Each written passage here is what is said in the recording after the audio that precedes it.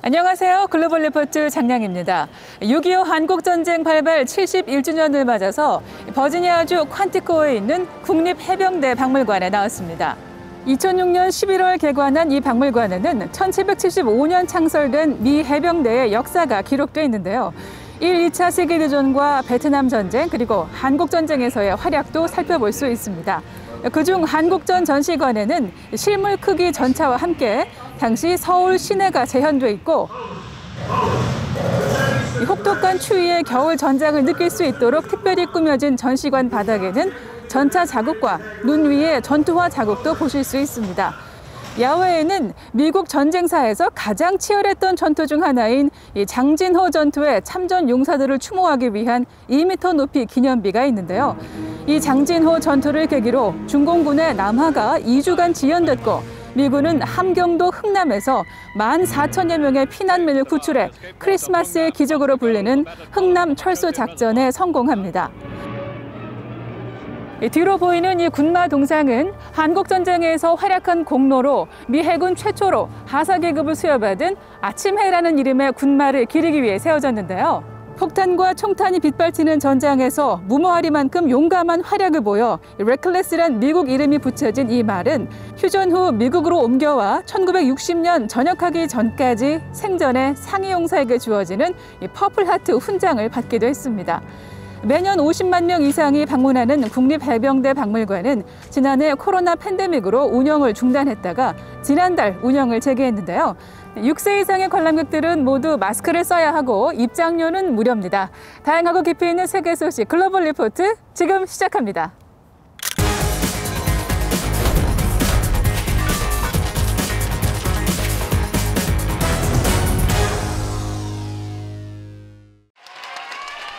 홍콩 매체 빈과일보가 홍콩 보안법의 압박을 넘지 못하고 24일 창간 26년 만에 폐간해 이번 주 주요 해시태그에 올랐습니다.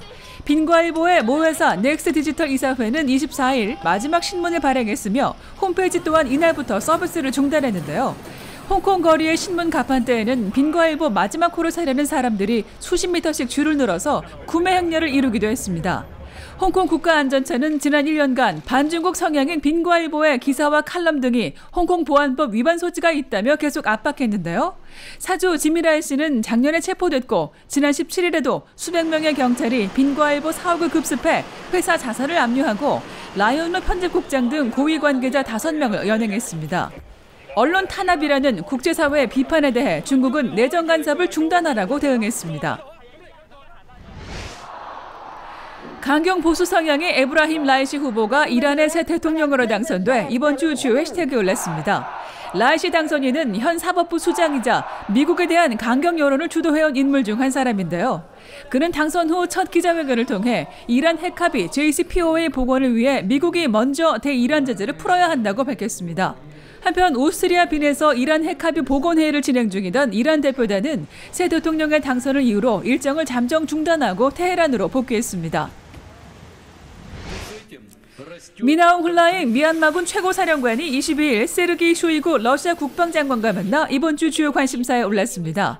국제안보 컨퍼런스 참석차 모스크바를 방문한 미나옹 훌라잉 사령관은 러시아 덕분에 미얀마군이 강군이 됐다며 양국의 협력 관계를 과시하듯 말했는데요.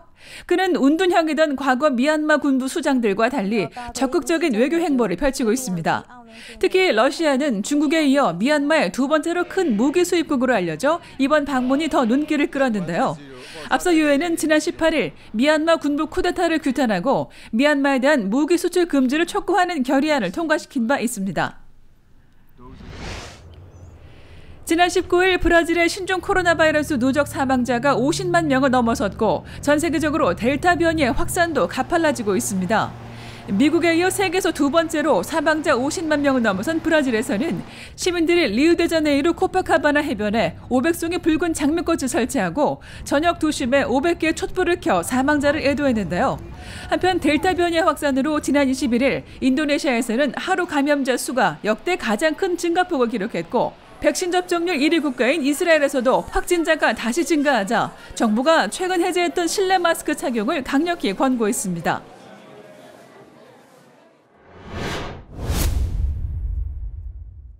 다음 달 23일 개막하는 도쿄 하계올림픽에서 관중을 최대 10,000명까지 수용하기로 했다고 일본 올림픽 조직위가 밝혔습니다. 일본에서 신종 코로나 바이러스 확진자가 3개월 만에 최저 수준으로 떨어진 데 따른 결정이지만 우려의 목소리도 나오는데요. 클릭 글로벌 이슈 오늘은 한 달 앞으로 다가온 도쿄 올림픽과 코로나 위험 논란에 대해 알아보겠습니다. The IOC will fully support your decision and will fully contribute to make these games safe and secure for the Japanese people and for all the participants. 일본 정부와 국제올림픽위원회 IOC는 21일 현장 관중 상한선을 경기장 정원의 50% 또는 최대 10,000명으로 제한했습니다. 이는 일본 내에서 참석하는 관중에 한한 것이고 해외에서 오는 관중은 아예 수용하지 않기로 이미 결정을 내린 바 있는데요. 당국은 만약 올림픽 기간에 코로나가 확산해 긴급 사태 등이 발령될 경우 무관중 경기로 전환할 수도 있다고 밝혔습니다. 感染状況や医療状況に急激な変化がある場合にはですね、5者で協議をして、状況に応じては無観客も含めて対応を検討する必要があるとこのように考えております。 올림픽을 약 한 달 앞둔 일본은 지난 5월 초 하루 확진자 7천여 명을 기록한 후 백신 공급과 방역 조치 등에 힘입어 꾸준한 감소세로 들어서 최근에는 하루 확진 1,000명 수준을 유지 중인데요. 일본 정부는 경기장과 선수촌을 특별 방역구역으로 관리하고 관중의 수를 제한하면 바이러스 전파를 통제할 수 있다는 자신감을 내비쳤습니다. まず東京大会につきましては感染対策の徹底、安全安心の大会について私から説明をさせていただき、全首脳から大変力強い指示をいただきました。 하지만 일본 내에서조차 올림픽 강행을 걱정하거나 심지어 취소해야 한다는 목소리가 만만치 않은데요. 해외 선수단과 스태프, 보도진까지 합치면 10만 명에 가까운 사람이 입국하는데 변이 바이러스의 확산을 통제할 수 없다는 거죠. 일본 시민들의 반응도 엇갈립니다. 選手がやっぱりモチベーションを上げるためにやっぱり観客って必要なのかなって思います。それで安全を考えながらそのクラスターとかも防げて開催できるんであったら、オリンピックやりたいんだったら別に国を挙げてやる必要はない。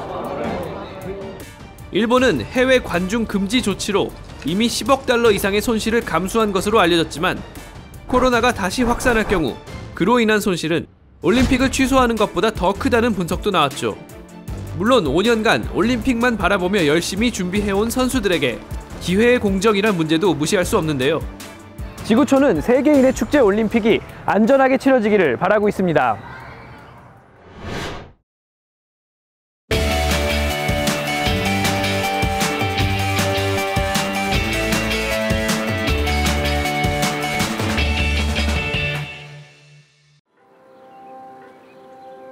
What Lights Out DC does, we are looking for birds that have collided with windows. The birds that we find are typically neotropical migrants. They winter over in the Caribbean, Central America, and South America, and then in the spring they're flying north to where they breed. The birds are migrating at night. The light is distracting to them. It draws them into the glass. When we find a dead bird, we want to be sure to document what we can about it. You can see it's bleeding from its beak. Obviously the date, the time of the morning we found it, something about the location particularly of the bird, the state bird of DC. Because usually it's a particular piece of glass, a part of the building that's problematic to birds. Okay, can I grab your...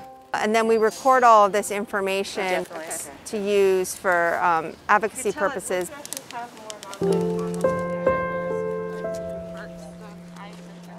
Since 1970, we've lost a huge number of birds in North and South America. So we're really trying to sort of work with people to change patterns of building, to have them turn off their lights at night, to treat the windows. There's ways that you can mitigate. You can make glass visible to birds. So there's a whole range of things that we can do to solve this problem.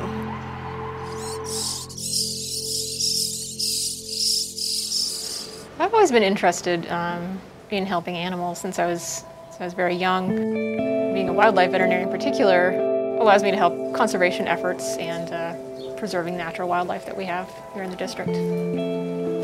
We currently have 96 patients. Fortunately, most of our problems that we see are directly human-related. We do see a lot of trauma cases, hit by cars, birds that have flown into windows, attacks by domestic animals, cats, dogs. You can see around the edges of her shell right here where it's really irregular. Those are dog bite injuries. This pigeon came in not able to walk, definitely not able to fly. Took some x-rays, didn't see any evidence of broken bones or any other injuries.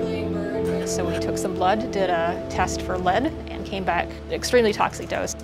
Treated for chelation therapy. The bird can now walk, still a little bit wobbly, and can fly, which is an incredible improvement over when he first came in. I think restricting access to pesticides is a big step that we need to start taking. Less of these toxic products in the environment would be a good next step.